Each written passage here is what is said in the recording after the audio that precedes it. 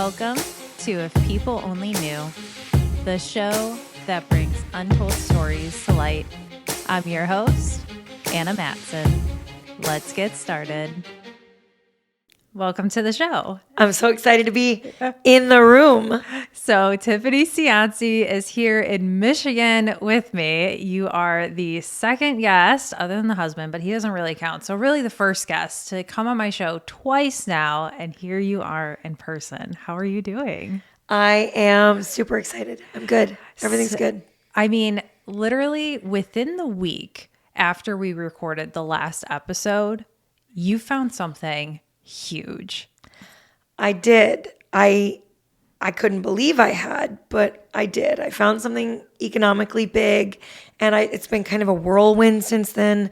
I've been on podcast after podcast, news broadcast after news broadcast, but I'd rather be with friends, so this is great. I love it, and I'm just so glad that we've connected in the past, and you're just so smart. We could literally talk about anything, but this is so important for everyone to know. So I just want to start out. What if you were to tell people one thing, if they were to close off the podcast right this second and they're only going to hear this one thing, what is that one thing that you want people to know? If there were one thing I had to lead with that were related to the big thing I figured out, I would say that our government has failed us, that something huge is coming, that a bubble is bursting, and we may already be well into that burst. We don't know, but private equity has created bubbles on bubbles on bubbles, and it's not a one-party problem or a two-party problem. Every single politician that has looked the other way or made it easier for them has failed us. It's almost too late to do anything about it, but maybe not all the way too late. Yeah. And so we've got work to do. So tell me, literally within the week, you called me and you're panicked. You're like, I've been looking through everything and I found it. What did you find?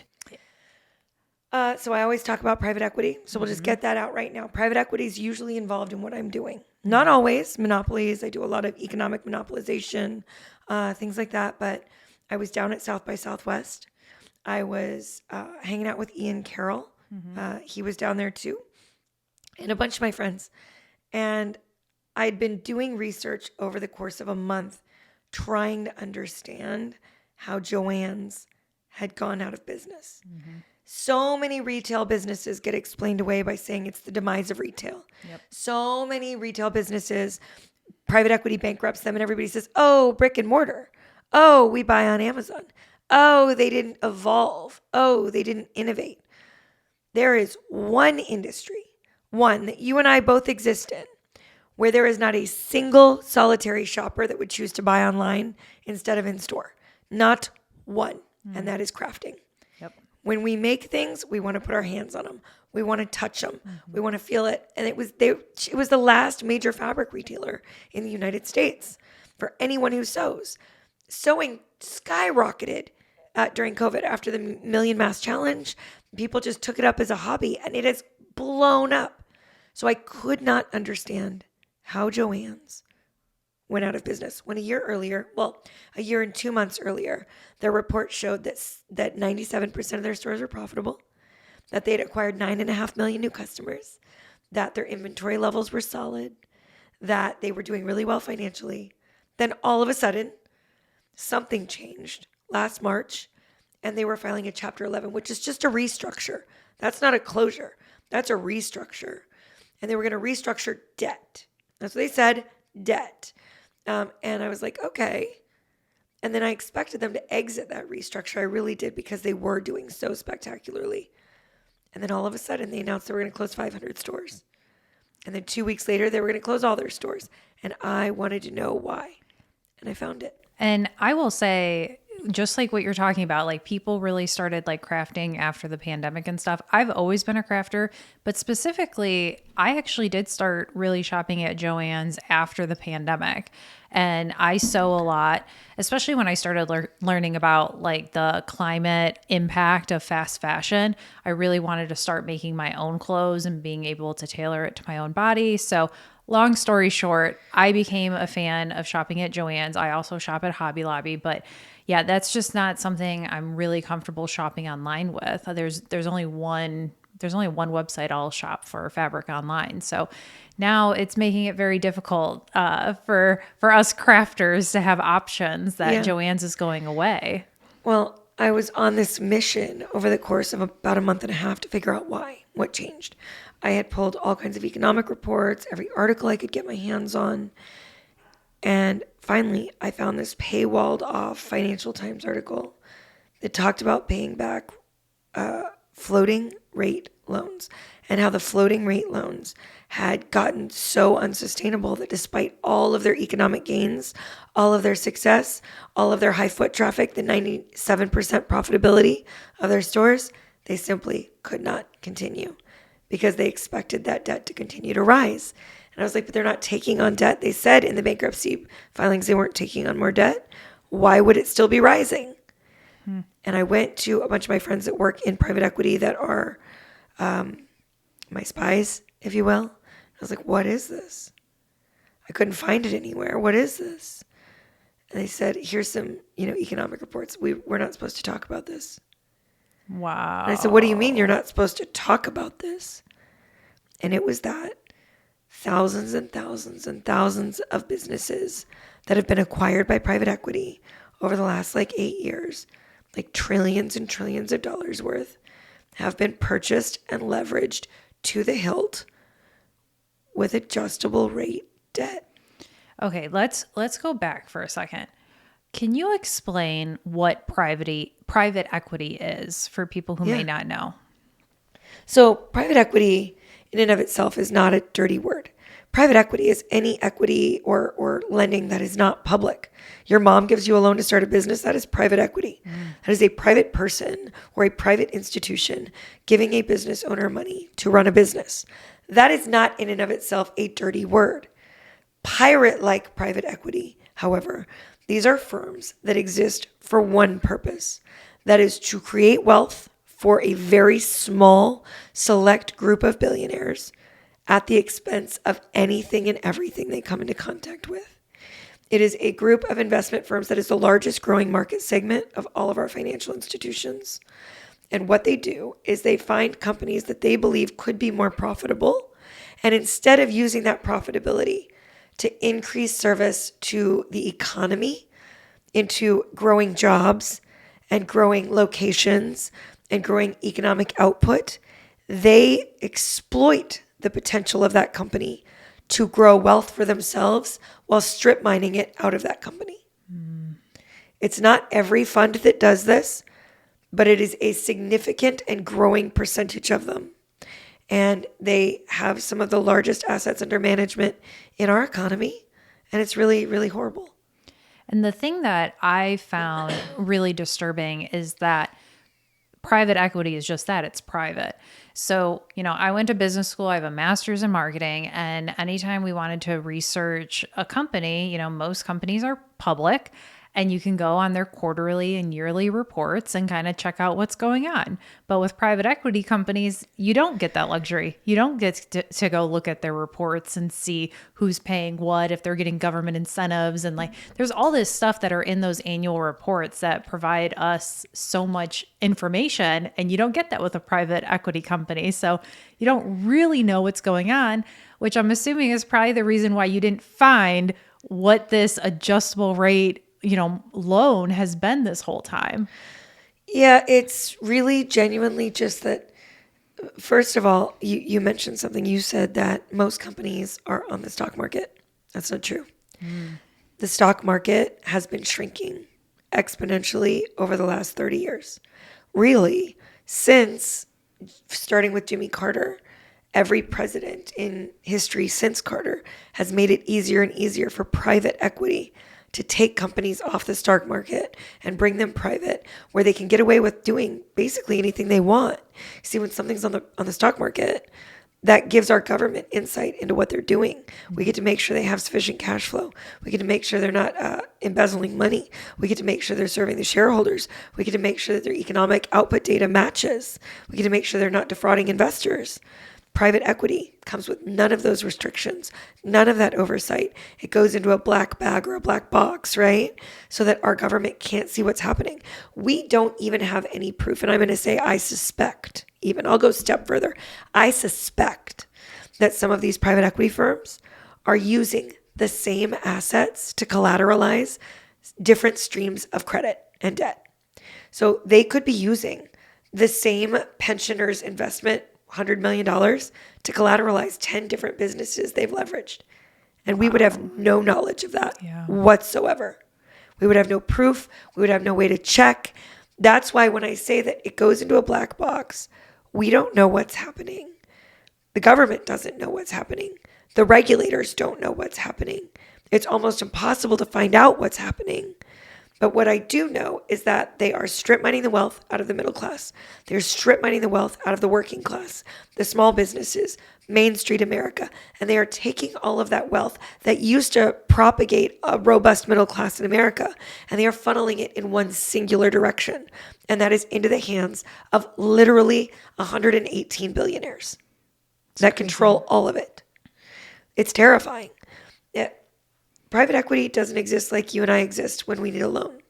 If I want to buy a business and I want to take out a loan, let's say I go to the SBA, say I need $300,000. Not only do I have to collateralize that loan with the assets of the business, which I have to do, I also have to sign a personal guarantee that if that business is not managed properly, the SBA gets to come after me for that money. I have to guarantee that I'm going to serve the interests of that company till that debt is satisfied, that I'm going to work hard every day to make sure it's successful and it's not defrauding people, and that I'm not enriching myself at the expense of the taxpayers that gave me that loan. Okay? If a private equity firm buys a company, they don't buy a company like that. Okay, let's take a big round number. Let's say a private equity firm wants to own a company and it's $100 million. And that private equity firm has $100 million. In a normal market, they would buy that company for $100 million. They'd be debt free and they'd start repaying themselves because they were the collateralizer. They were the one that made that agreement. It was their money they invested and their money they need to recoup.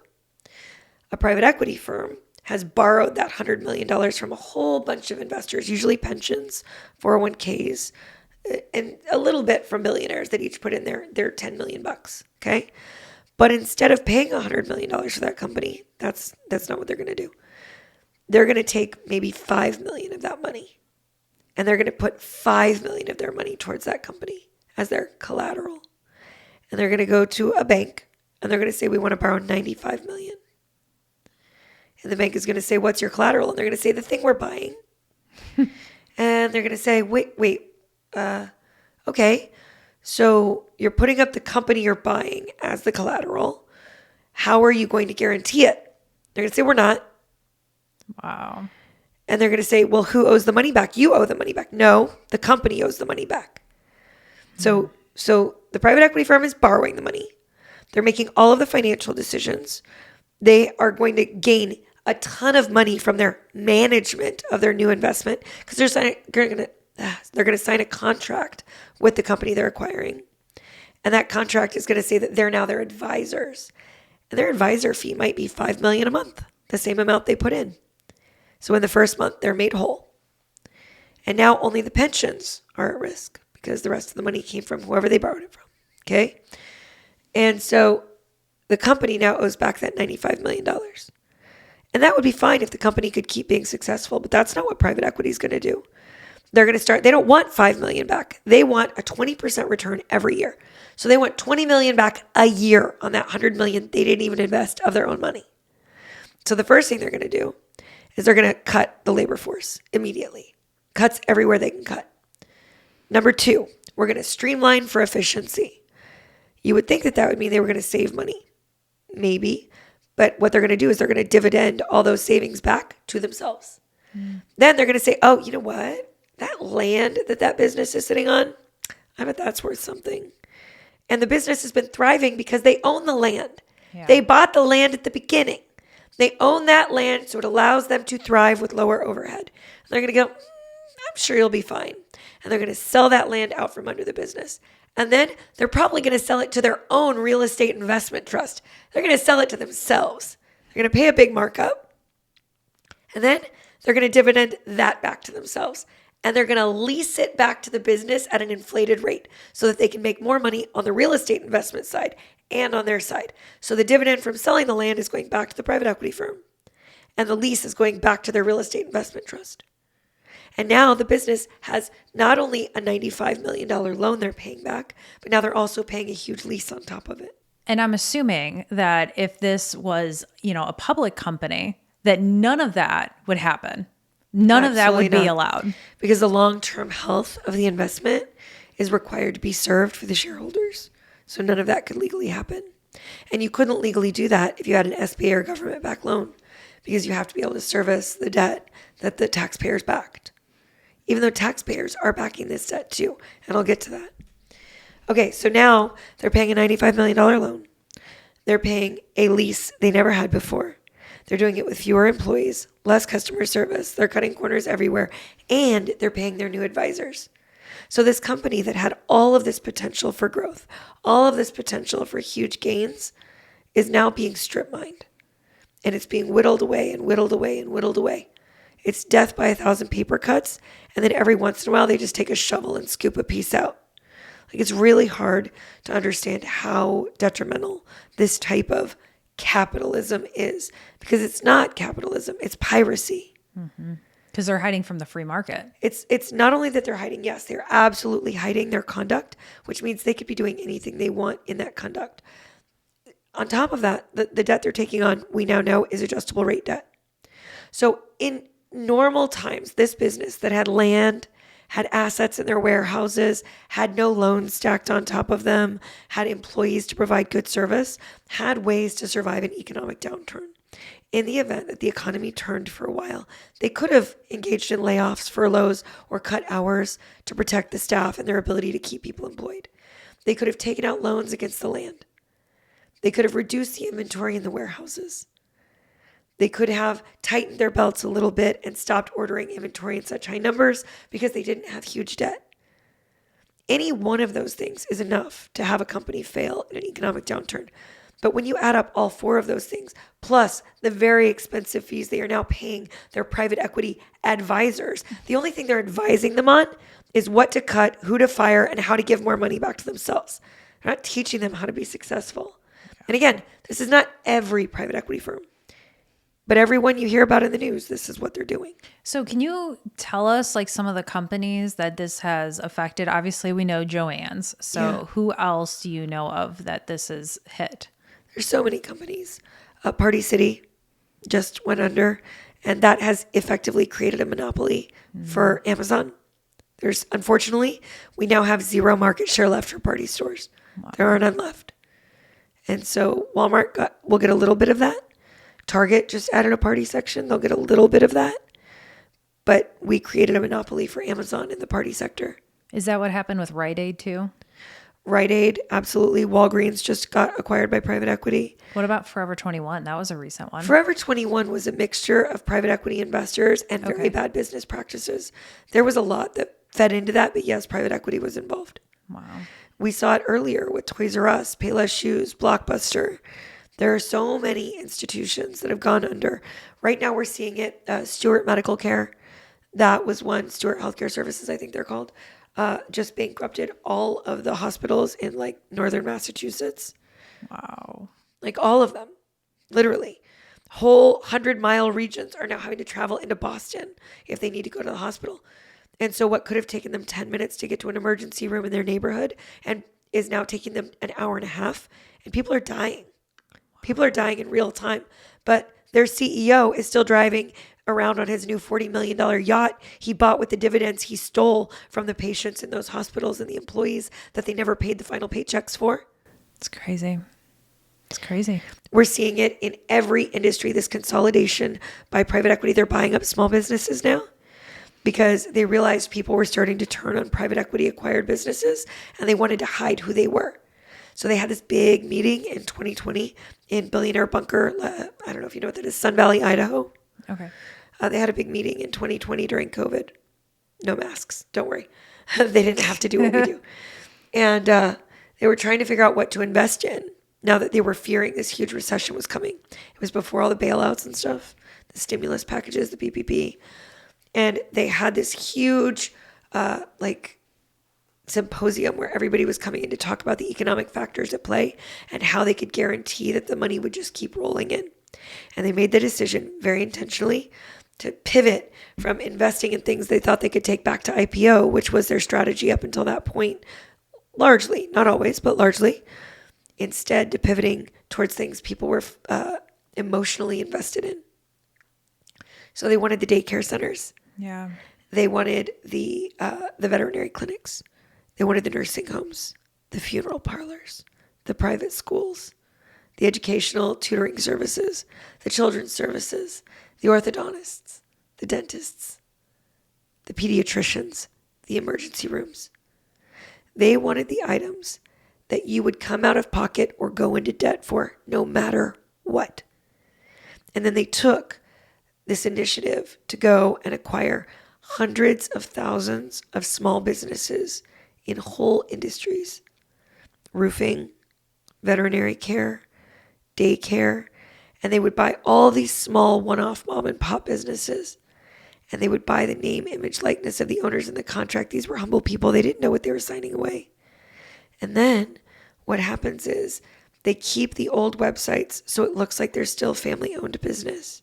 They're convincing you they are, but they've acquired 3/4 of the market in a region.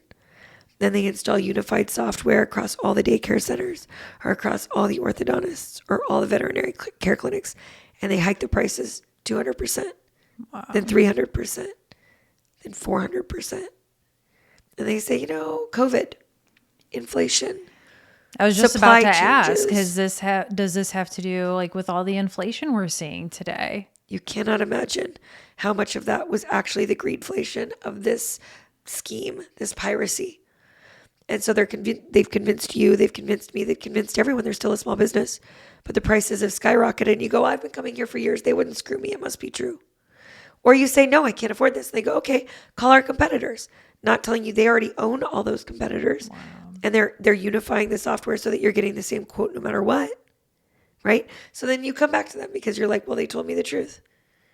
You have no idea that they have systematically removed all competition and created micro monopolies all around the country regionally that aren't able to be antitrust busted because they don't meet the traditional idea of what a monopoly is. I feel like when you hear private equity, a lot of people might think, oh, that has nothing to do with me. But that seems, furthest from the truth. It sounds like private equity is here and we probably interact with it more than we think. All day, every day of your life, unless you're buying from farmers and people that have handmade clothing stores and people that are growing your food or delivering your needs, you are dealing with private equity, whether it's a lumber company or a clothing company or a shoe brand or your veterinary care or your orthodontist or your dentist or the roofing company down the block or even tiny things, a coffee cart downtown. Not a big fancy coffee shop, a little coffee cart with a bicycle attached to it. So many of these things have been acquired by private equity at this point. And not only, like some of them are franchises. Tons of franchises have been acquired by private equity. Some of them that have absolutely broken my heart. We see it in children's services, like what happened with my franchise, the Little Gym. Mm-hmm. We see it with Urban Air, which is a place that I consider to be beyond dangerous at this point because they've made so many cuts and there is so much safety risk in their parks. They're hiring 14-year-olds to supervise children on zip lines. Wow. Truly. Wow. And I know that because I owned a baby gym where we were handling 4-month-old babies and picking them up in the air and doing things that are scary if you don't know what you're doing. And their advice to me was to hire 14-year-olds to do that to save money. That's what they told us to do when they put a cap on our labor expenses and said I had to cut my staffing dollars and that I just needed to hire 14-year-olds to handle the babies, right? So we know that we see it there. We also see it when you look at Rourke Capital. Rourke Capital doesn't want to look like they have a monopoly, so they created umbrella companies. Yeah. So they're like, we don't own all the delis. one of our companies owns half of them, and the other half, the other umbrella of our company, like owns the other half. But they're separate. We don't work together. We're separate.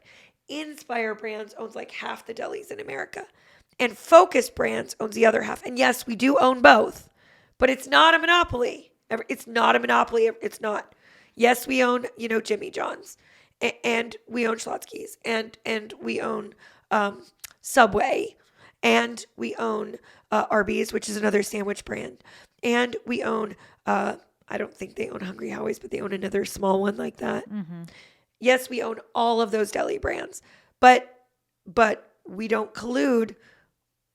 Yes, we have unified all of our ordering, so all of our food comes from one company. And we are absolutely kicking ourselves back rebate revenue on every single dollar that all of our franchisees are forced to spend with the companies we make them buy from that they don't want to buy from. But we don't collude. We leverage economies of scale. That's capitalism, baby. This actually reminds me, recently in my town, there was a senior home applying to come in, build, a complex. And I went to all the meetings, listened, because it's going to impact neighborhoods and stuff. It's going to be right butt up against homes. And I'm listening to the guy make his presentations, and he is just so snobby. And slick, I bet. Oh, yeah. So and slick. Every time they asked him about, like, how are you going to, like, take care of the land and stuff, like, things like, I'm in a small town. We care about, like, preservation and everything. And he's like, well, I will do whatever the law, like the minimum requirement of the law. That's it. Like, not going to do anything more, which that is a clear sign that it's not actually a small business if they're talking like that, because small businesses want to take care of their community. And he kept saying that they're a small company that, loves America, loves their communities, blah, blah, blah. And I started looking into the company, and I looked up the name, and I'm like, who owns this? And it was a company. And I looked up who owns that company, who owns that company. And it led all the way to BlackRock. There was like 7 companies up, and it was owned by BlackRock. But they're coming in my small town saying, we're a family business. We love communities, like, and I'm like, I literally went up during public comment and I said, this is a shell company, because what they do, they open up these shady LLCs. Yep. So if they come into your community and fuck everything up, only that brand new LLC is liable for everything that they just messed up. Yep. Not BlackRock, just that shady LLC. Look over here. Don't look over here where we're hiding and stashing all the cash. Because when they bankrupt your community, which they inevitably do, when they hurt your senior citizens, which they inevitably will, when people die, when women and children and families lose their elderly family members, when they inevitably will, they're not going to have to pay for any of that. They're going to bankrupt. They're going to file bankruptcy, and all of their assets will have already been moved to another shell corporation. They will Texas two-step that so fast. Yep. So let's get back. I know we really went down talking about the details of how private equity works. So let's go back. You called me saying, I found something, and you found, what was it called again? Floating rate debt.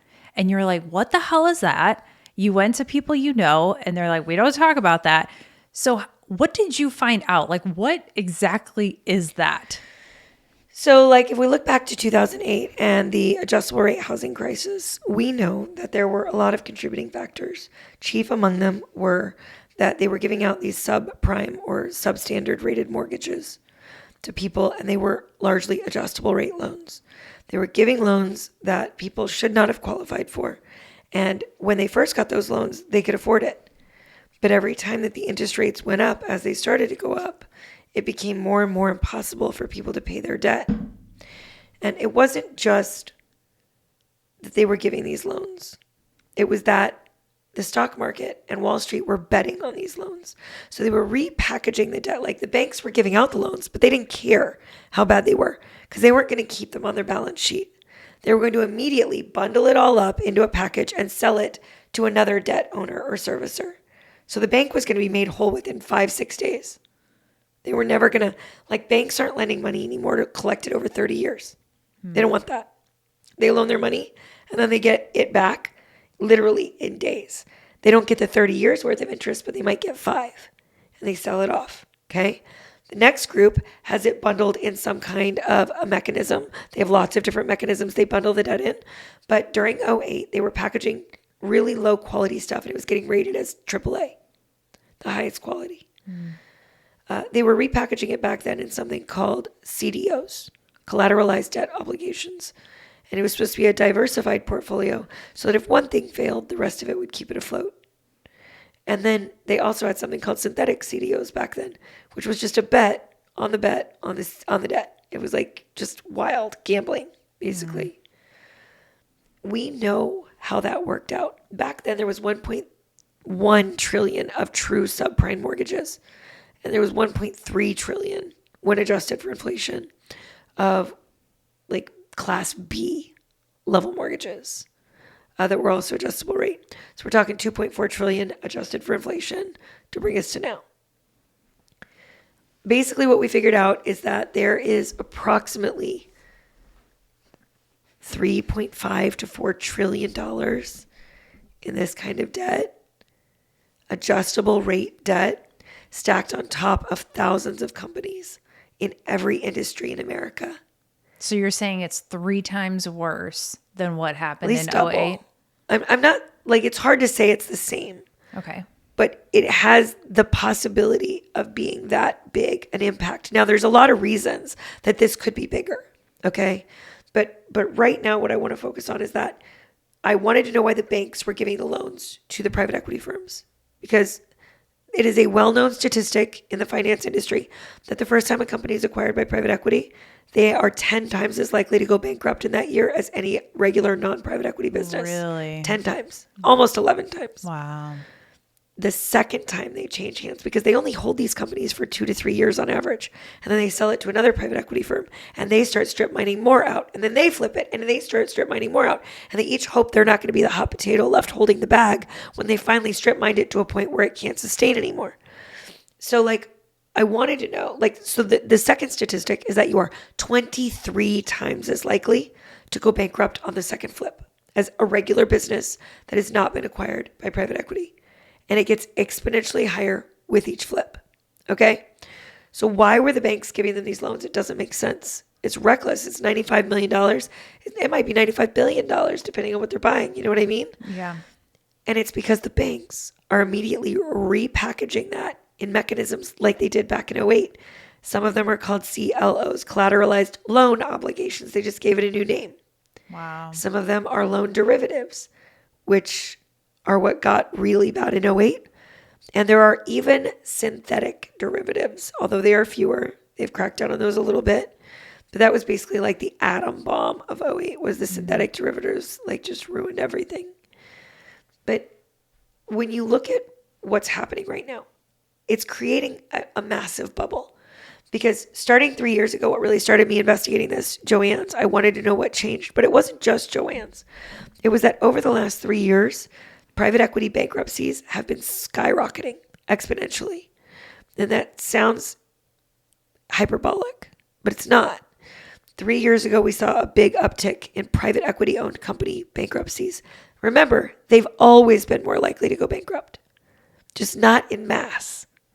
Like several companies a year it happens, but not in huge swaths. Then last year, or 2 years ago, they doubled their worst year on record. Wow.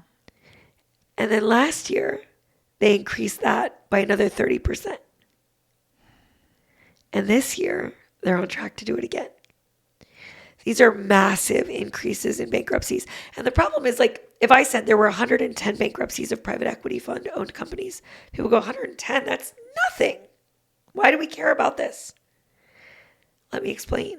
When a private equity-owned corporation or umbrella goes bankrupt, we're not talking about like, oh, mom and pop's deli on the corner went bankrupt. We're talking about the possibility that they own 8 umbrella companies, each holding 12 major corporations that each have 10,000 locations each. We are talking about an exponentially, like, just picture thousands of ripples on a pond. So are That's you saying how much they own. the private equity company themselves are going bankrupt? They can't go bankrupt because they have funds. Okay. But then they have parent companies. So like within these funds, they create umbrellas. So for instance, the company that acquired the brand I was in that started all of my journey in private equity, my company was the Little Gym. I was a franchisee. The parent company was the Little Gym, but I owned my location. I was a small business. The parent company was not a small business, but it was a mid-sized family founder operated brand. These are the companies we want to support. They'd been family owned and operated for 46 years. Okay.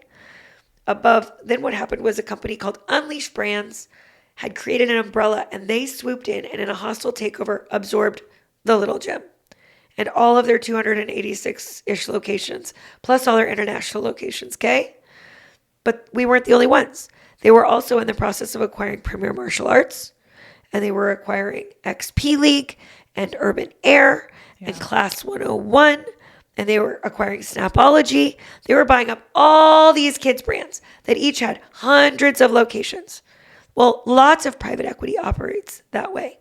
So, for instance, there could be a healthcare company that has built 3 big umbrellas, and there's one holding company that oversees those 3 umbrellas so that they can not collude but leverage their economies of scale. And one might be all the pharmacies that they own. And one might be all of the data processing for medical services they own. And one of those umbrellas might be the emergency rooms and the urgent care centers they own. And another might be the hospital systems they own. And under each of those 4 umbrellas, there might be 3 sub or 4 sub companies. Mm-hmm. And then under there might be 100 or 1,000 or 10,000 locations. So when one of these holding companies goes bankrupt, we are talking about ripples on a pond in the tens of thousands. Which is not just the businesses, it's also the jobs. People are losing their jobs. Yes. And that's one. That's one of the factors that I say is making this more dangerous than '08. But again, I keep tangenting, but over these last 3 years, the bankruptcies have skyrocketed of private equity owned corporations and holding companies. Many of them with tens of thousands of locations. Okay. But it's not just that the company goes out of business. It's that one, yes, immediately, 100,000 employees are laid off. One horrifying statistic, if anyone's watched The Big Short, you probably know, is that for every 1% that our unemployment rate goes up, approximately 45,000 Americans die. Wow. Either for a lot of reasons. They could be in a dark place and they could take their own life. Yep. They could be in a circumstance where financially they can't afford to take care of themselves anymore, so they don't get the medical care they need. They could end up homeless, and it could be a byproduct of being on the streets. It could be that they cut back on medication they can't afford anymore, and so they die prematurely. Malnutrition, there's so many things, okay? But, so that's one. Hundreds of thousands of people out of work. 2, and this is where '08 really, you have to, if anyone was alive back then and they remember this, you'll understand. In '08, hundreds of thousands of anchor stores got shut down. Grocery stores, Kmart's, Sears's, Toys R Us's, Babies R Us's, huge anchor stores got shut down all across America. And that was bad. But what was truly bad was that because those anchor stores went out of business, millions of small businesses that were in those parking lots that relied on that foot traffic also went out of business. And a lot of people don't realize this, but small businesses in America create 99.9% of the jobs. Yeah. Big businesses create efficiency. Yep. They learn to do more with fewer employees. That is what they do. Mm-hmm. Okay? They don't create jobs. Small businesses in America create jobs. And that sounds like an outlandish statistic. That's a fact. You can ask Siri on your phone right now. Mm-hmm. Okay? And so when we're dealing with a circumstance where now we have empty parking lots and we have small businesses going under and we have people without jobs, we also have to understand that these same private equity funds also are the largest holders of single family homes, and they've bought all of them with adjustable rate debt. And in order to pay those, they have to raise all of their renters' prices. Yep. And what we're talking about is that the kindling might have been that first loan. And the main firewood might have been that they were strip mining the wealth. And then the lighter fluid might have been that they stacked more adjustable rate debt in and dividended it out. And then we might have thrown on alcohol-soaked cotton balls, and that might be that the small businesses are going under. But when you look at all of it comprehensively, it's more like an atom bomb. Okay? And it's happening already. And again, we're already doing this. This wouldn't happen if it was a public company, right? Like they are specifically hiding from the free market. And I have to ask you, I don't know if you know the answer to this question, but for an investor, with knowing all of this, why would they even invest in a public company anymore? Like, why wouldn't they just make the option, of course I want to do private equity over public. Then I can get away with all this stuff. First of all, you have to have massive amounts of money to buy into private equity. Okay. Some funds require $100 million buy-in to start. Oh, okay. It's an investment that's closed off only for the exclusive and ultra wealthy, generally speaking. We talked about investors. The one type of investor that has a lot of control, there's two really. We talked about the atom bomb, but coupled with all of this, a few minutes ago, I said, why would the banks give these loans away? It's because they're repackaging them and they're selling it to somebody else. Do you know who they're selling it to? Is it the private equity? No, they're selling all of the bad debt, all of the adjustable rate debt. They're repackaging it and selling it to pensions. Really? And retirement accounts. That's who they're selling it to. And so the bank is made whole. The private equity investors are whole. But the pensioners won't know for 10 years until that fund closes out what it's cost them. Wow. This really impacts everyone. Everyone. And I mean, it's hard not to compare this to 2008 because it sounds like it's going to be, if it isn't already, it sounds like it's worse than 2008. It could be. It might be. I hope I'm wrong. But you know what the scariest thing has been for me in this? I have been on all the news broadcasts. I've been on all these financial podcasts. I've been everywhere. When I made that video, I was with Ian. Mm-hmm. I was like, I need to see you right now. I need you to tell me why I'm wrong. Tear me apart. He's very good at making me realize the flaws in my logic, generally. He's an excellent researcher. And I was like, I am begging you to tell me I'm wrong.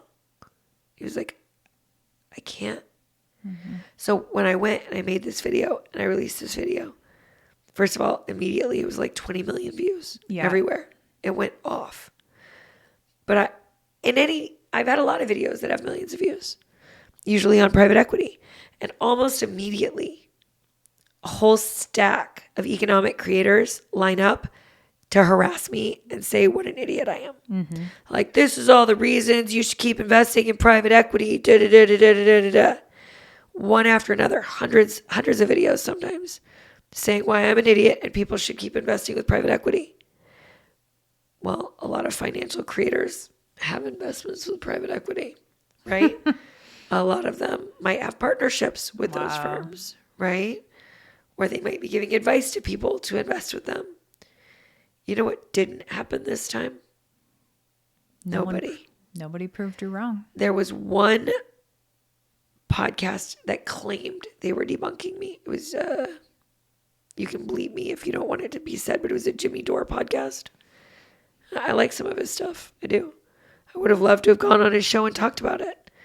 He brought on a woman he said was an expert. She might be. But most of what she said was, yeah, she's right. It was hilarious. You post this video. I knew it was coming because we had talked about it. And I'm freaking out with you and just waiting for the moment that you're posting it. You post this awesome thread and everything. And before you posted, I fact checked you too. I'm researching, looking too, and you're right on the money with everything. And it was hilarious, especially on X, because now you can @Grok and it will respond to you right in the messages. And so many people are like, tell her she's wrong, Grok. Yep. And it's like, no, she's right about everything. Thousands of Grok responses saying I was right. Mm-hmm. Thousands. Literally, I was shocked. The other thing too, maybe we can discuss a little bit. A lot of people brought up GameStop. Do you know anything about that situation and why people kept bringing that up? Because they were bringing it up in a way to say, you don't know what you're talking about. You're not new here. Us GameStop people have been around. We all know this already. Yeah. So they brought up a lot of GameStop. One of the things that was interesting was I predicted Hooters was about to file bankruptcy. Not all of Hooters, just the private equity owned segment of Hooters that day. I said Hooters would be next. And I'll be damned if 2 weeks later, Hooters didn't file bankruptcy. A lot of comments about GameStop. And there is a lot of strong overlap with the GameStop community here, because one of the things that's another component of this is that for the companies that were private equity owned and then taken back to IPO, the private equity firms have maintained controlling interests of the stock. And as they continue to strip mine the wealth out because they have the majority board seats, they are serving the shareholders because the shareholders are private equity, right? Which is a rare, like an exception to the serve the shareholders rule. In their other investment platforms, they might be shorting that stock knowing they're going to bankrupt it. And as they're shorting that stock, eventually they're going to get this massive windfall because they never have to pay it back if it goes bankrupt. Wow. But there is a ton of overlap with GameStop and companies like it. And the way, like when their CEO came in, the new CEO, he immediately cut off all the private equity pirate-like activity that was going on. But it was on that private equity like snowball going down the hill. And GameStop was absolutely headed this way. So do you think GameStop is like in the process of trying to get private equity out, and that's why they're still around today? Well, so GameStop is publicly traded, and it was I don't know if it was ever taken private or just large stakes were acquired by private equity, but it's publicly traded. But the conduct of some of the activist investors that were there early on before the new CEO, which he's not new anymore, obviously, was private equity influenced 100%. And I think it's really interesting because we know there's all these GameStop shares. There's these shorts that are still out there that they haven't closed out their positions on. They were relying on the bankrupting of it. And like, I believe at one point there were 276% of the total shares value that was just in shorts, where people had gambled almost 300% of what even existed, which it's insane that's even legal, by the way. I don't know why it is, but they did. And so those positions weren't all closed out, but they were counting on this going bankrupt. And all those people would have gotten a windfall from all that money. They would have gotten away with it scot-free and never had to pay it back. I'm absolutely amazed at how dedicated the GameStop community is to like holding the line. I think that it's amazing. Yeah. But GameStop being publicly traded allowed them to stick it to them. Private equity doesn't allow us that. Let's say we wanted to save a company that was owned by private equity and we saw it was about to go bankrupt. We could all run out and spend money with that company. And do you know what would happen? They would dividend those profits back to themselves and still bankrupt it a month later. We can't save something that's on that train without serious political or regulatory help right now. Well, that's what I want to talk about too, getting into it. Two things. I first want to talk about what it looks like so people can, like if someone owns a small business, what are the warning signs? Like, do people just come to them and say, I'm private equity, I want to buy your business? Like, what should small businesses look for or be aware of on what's happening here? I want to go carefully because it's getting increasingly difficult to identify. There are a lot of small businesses that don't want to sell to private equity. Big businesses, they're doing it willingly. Like that's happening.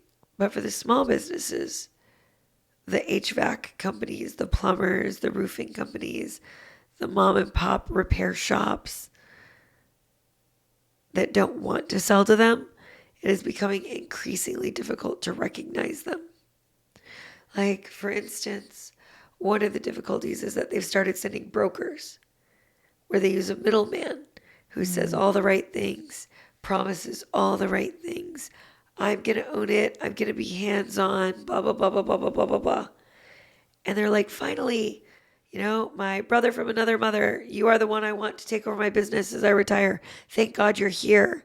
Yes, absolutely. Let's shake on it. You promise you're going to take care of my employees. You promise you're going to take care of my customers. You promise you're not going to screw my community.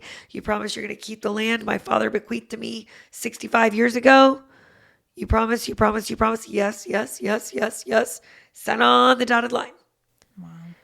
And literally a day later, they can flip it to the private equity firm.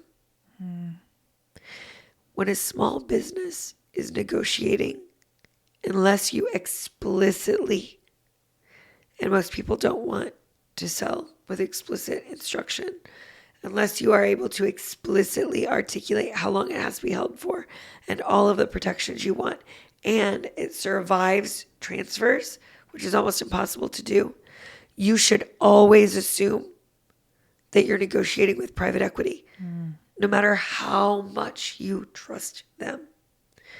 Because it is not the person sitting across from you that may be the best fit for your small business you ever could have hoped for, dreamed for, wanted for your family, your community, your employees, the kids you serve, the farmers you serve. You should always assume that the person you're dealing with is the devil they sell it to. Well, man, it just sucks because being a small business owner is so hard as it is. You have to be everything. You have to be marketing, you have to be sales, you have to be law, it's just everything. Yep. And now you need to be able to watch out for private equity too somehow. And it doesn't really sound like there's a clear, like I said, I doubt they're coming to people saying, I'm private equity and I want to buy your business and run it into the ground, I mean, you can do some things though. You can say, what else do you own? What else have you acquired? That's a great question. You could, as a part of your contract, negotiate clauses in equity that might protect something. You could, for instance, say that you want them to issue you a signed disclosure of all of the businesses their affiliates, their parents, their subsidiaries own. And you should find out who they are. And you should call and see how they're doing. That's great. That's great advice. Yeah, like, I love that. But most of them, if they say they're not going to do it, you should assume that they've already done terrible things. Yeah. Or they plan to. So now that we gave that warning to small businesses, what about the general public? What can we do? And I'm sure it's going to come down to, we need government intervention. I know we don't want to talk about regulations, but there are good regulations too. I know Trump has promised to, I think it's like cut 10 regulations for every one he implements, but this definitely seems like it needs to be regulated. To me, there's really no difference in public investments and private investments other than one's public, one's private, but they should still be regulated the same. Yeah, so I used to be a libertarian. Or not a full-blown libertarian, but I had a lot of libertarian ideals. I truly and fervently believe that the government is better at creating bureaucracy with our tax dollars. I believe that for every dollar we give in tax revenue, 70 cents of it is wasted by bureaucracy. Yeah. They are not the best stewards of our money. I don't believe that more regulation is generally the answer. I do believe that if regulation should come closer to the community is better because it's closer to the people and the people get more of a voice. The closer your tax dollars are kept, the more control you have over how they're spent. But it has become clear that without a reinstatement of regulations, we don't have any way to stop what's happening. And that's because we always had regulations. Again, going back to Jimmy Carter, we had serious regulations.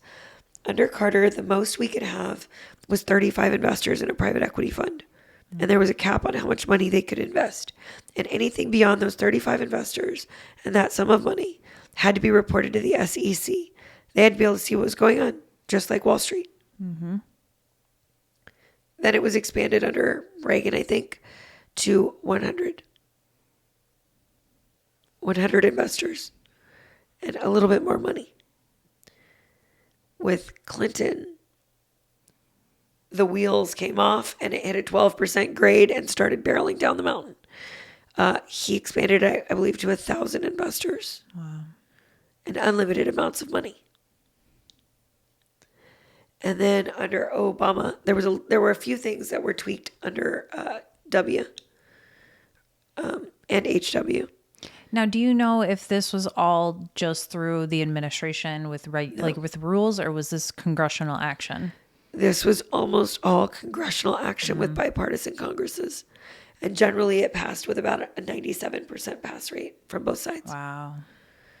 You never see government agree on anything unless it's to ban TikTok. Serving billionaires. Yep, serving billionaires. Yep. Yep. And both sides do it, Republicans and Democrats, both sides. And I know we're not talking really politics here, but that's one thing that I really wish, and I'm an independent, but I really wish Democrats would wake up, because it's just a talking point. The DNC just likes to say they like to tax the rich and want to go after them, but they are a part of them. They get funded by them. They are the rich. Yeah, they are the rich. They cater to them and everything. So you're saying we need some congressional action. I wasn't done yet. Okay, sorry. Let me keep going. So under Obama, there was another massive expansion where there was unlimited investment, unlimited investors.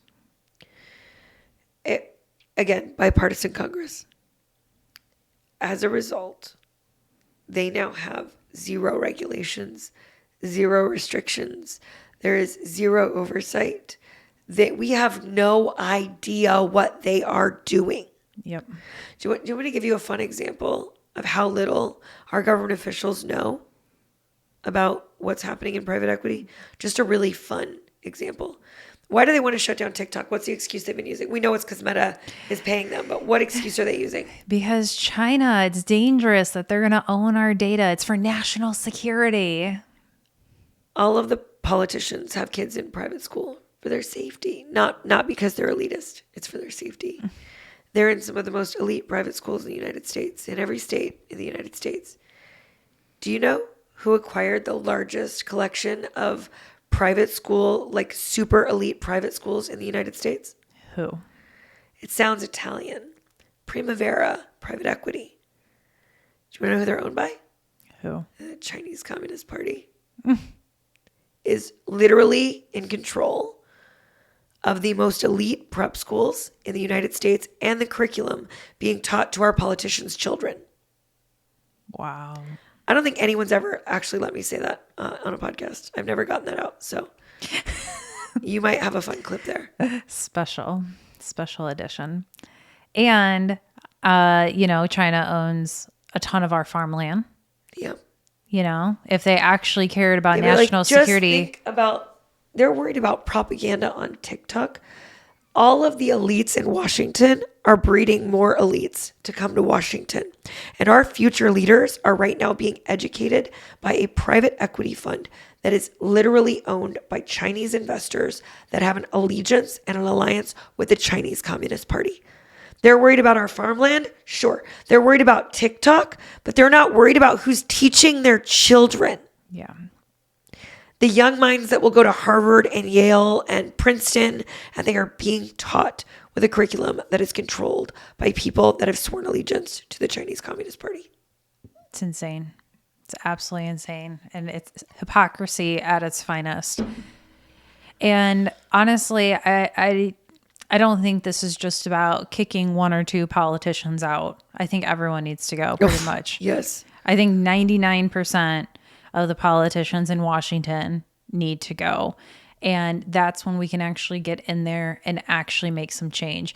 I mean, right now, I actually went through the different laws that have been passed. Because remember, we have like trifecta. We have a Republican House, Republican Senate, Republican President. You think that they'd be passing Trump's agenda, bill after bill after bill.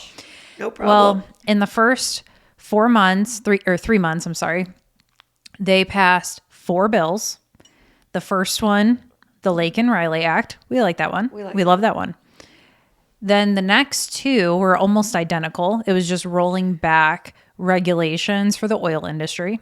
So if you're in oil, great. But if you're not in oil, and it was like to require an archaeological report and to charge for methane release. So those are done with. So that's they overturned those rules that were made by the EPA. And the last one was the budget bill. After we were promised that they were going to cut spending, they passed this budget bill that didn't decrease spending. And those are the 4 bills that they've passed. They didn't pass tax cuts. They didn't pass, the no tax on tips. They didn't pass voter ID laws. Nope. They didn't pass anything. Nope. And so I don't think this is a Republican or Democrat issue, because even under Biden, they had the trifecta. They could have instilled women's rights, they could have done all the things, but why didn't they? Because nobody paid them to. That's the answer. Nobody paid them to. Yeah. Trump right now is saying that he's going to close the carried interest loophole. Congress almost did in 2021. The carried interest loophole is what keeps billionaires so drawn to private equity.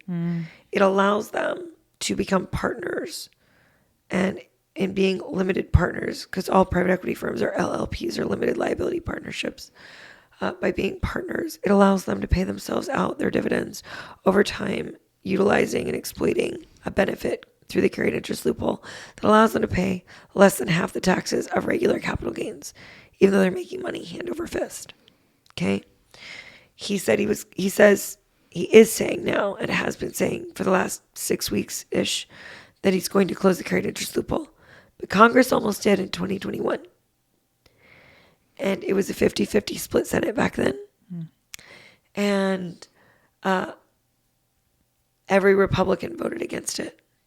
Every single one. And every Democrat voted for it. Except Kristen Sinema, who took a huge, huge chunk of donations from private equity funds through the PACs. And then suddenly, in a completely unrelated fashion, obviously, Arizona became the private equity capital of the United States. And all of their laws suddenly started favoring private equity. And they moved all of their headquarters. And yeah. It's crazy. Yeah. So it sounds like a good first step is to put pressure on Trump, on, Congress to pass. You said to close the loophole. Yep. And that'll be a good first start. But my advice is that we need to kick everyone out of Congress. But but we're talking about the shoes we're standing in right now. Yeah. We can't kick anyone out of Congress until the midterms, and it's going to take 2 to 3 cycles. Yeah. I recommend voting against every incumbent except Thomas Massey. He can stay. What about Rand Paul? I like Rand Paul. I do believe that I like Rand Paul a lot. I always have. I really deeply respect that he backs up his convictions with courage. He truly demonstrates that he believes what he says, and he votes what he says. Yeah. And I find that to be very honorable among politicians.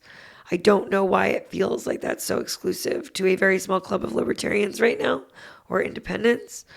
But what I can say is that in the shoes we stand in, applying pressure to close the carried interest loophole seems like a no-brainer. Yeah. We need to give Trump the runway he needs and the wind in his sails to get there.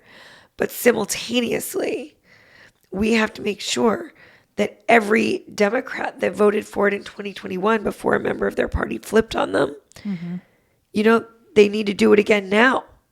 Yes. We have to make sure that they're doing it again now. And then we need to look at the Republicans and go, hey, he says so. Let's go. Yep. What do you care if a billionaire is paying 23% more in taxes? Mm-hmm. Yeah. It seems like a no-brainer. And all the time we talk about how Trump loves to take credit for things and be the savior. So we just need to ask Trump to save the day for us. And I mean, I don't think Trump wants this on his record. All these businesses closing down, the unemployment going up. I mean, this is really in his best interest and in all of ours. We all have a shared goal here. So, I really appreciate you taking the time to explain all of that. And I don't know, after explaining everything and us talking through this, is there, again, like one last thing you want to leave people? Like if people only knew, what do you want to leave people with today? If people only knew that small businesses are literally the only path we have forward at this point, that you have to sacrifice, you have to begin sacrificing convenience and economic savings for a future.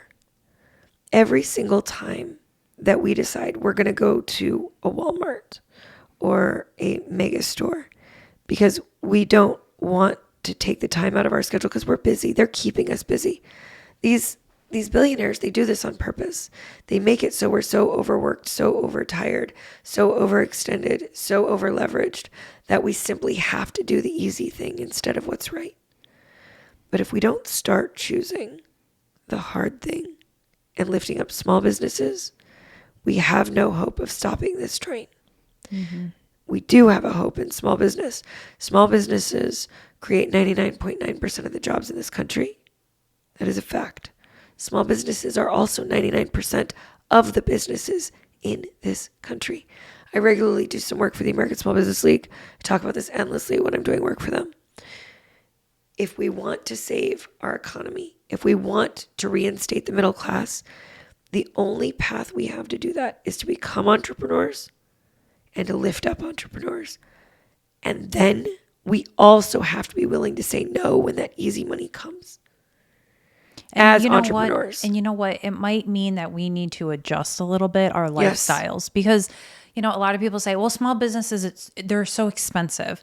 And it's like, well, they're the ones that are actually paying taxes without all the loopholes and the tax cuts that big businesses get.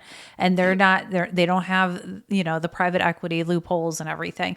So of course it's going to be more expensive because they're doing business the right way, the ethical way.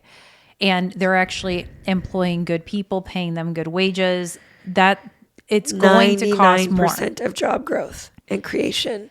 They have a harder time providing benefits. Mm-hmm. They are more likely to invest back into your community. Yep. Like just understand. They're the ones sponsoring soccer teams, donating to the raffle at your kid's high school, mm-hmm. right? They're the ones that are sponsoring a jar on their counter for the kid with cancer down the block. They're the ones that are going to buy a float in the local parade. They're the ones that are going to go out to your high school football team and buy a billboard, okay? When a small business makes money, it all gets recirculated into your community.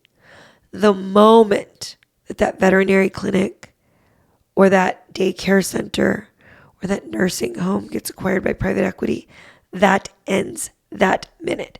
Not only do they move from creating jobs to eliminating jobs, but they also move to funneling that money that used to get recirculated into your local economy in the direction of a billionaire in either Texas, California, or Arizona, mm-hmm. occasionally Florida. And literally. I can confirm all of that because I'm very active in my local community and we do 10,000 local events. And every single time they go around to all the businesses and ask for donations for the events. And it's exactly what you're talking about. The small businesses are always the ones to give. They give the raffle prizes. They buy the floats. They do the sponsorships. They make it possible for these events where your family can come and enjoy the day. And yet, the corporations, the big businesses that are owned by other people, they're not donating anything. Yep. We ask all the time, but they never want to give anything. They do not give back to their own community. Nope. So I fully support your message. And I think that's one of the big reasons why we've connected is just our passion for small businesses. And man, you know so much. Every time I talk to you, I learn more. Like you became an expert in private equity because of your own experience. And you are just taking off right now, finding these things that, the big economy people should be finding. It's just crazy. I worry that they have found it and they know it.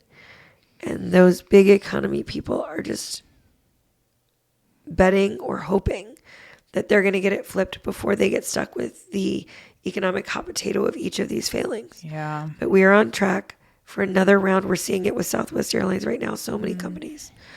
And we have to right this ship. We do need the guardrails put back on. I don't like regulation, but we have no choice. Yeah. If we do not act, there will be nothing left to save. Period. Yep. Well, again, I really appreciate you coming out. You're welcome anytime. And I don't know how I could stress it anymore. I think you've done a great job stressing how, dire this situation is. So I just really appreciate your time. And I just appreciate the fight you have. the one last question I have for you before we go. Okay. Do you ever sleep?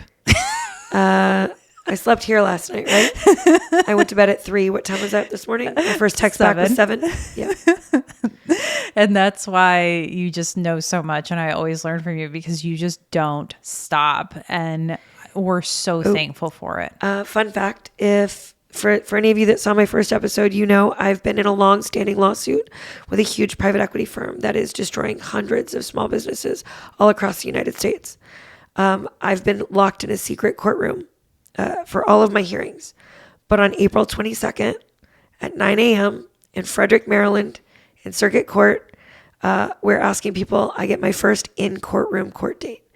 And I'm hoping people in the region will come and go to court with us. That's awesome. So if you're in the Maryland, Virginia, Delaware, West Virginia, Pennsylvania area, and you're willing to come down there, again, it's Frederick County Circuit Court. It's at 9 a.m. on April 22nd, and we're hoping we'll bring some friends along. Yeah, we got to so that I'm not. It's been a lonely fight. Yeah. But on this particular day, I don't have to be alone, and I'd really like not to be. Yeah. So grab your free Tiffany t-shirts and come on down. Yeah, we got to pack that room. Yeah. Well, I really appreciate it. Where else can people find you? They can find me on TikTok and on YouTube at Tiffany Ciance. And they can find me on X and Instagram as the Vino Mom, Vino. Awesome. Well, again, thank you so much, Tiffany, for coming out and speaking with us. And I'm sure we'll talk to you again soon. Thanks for having me.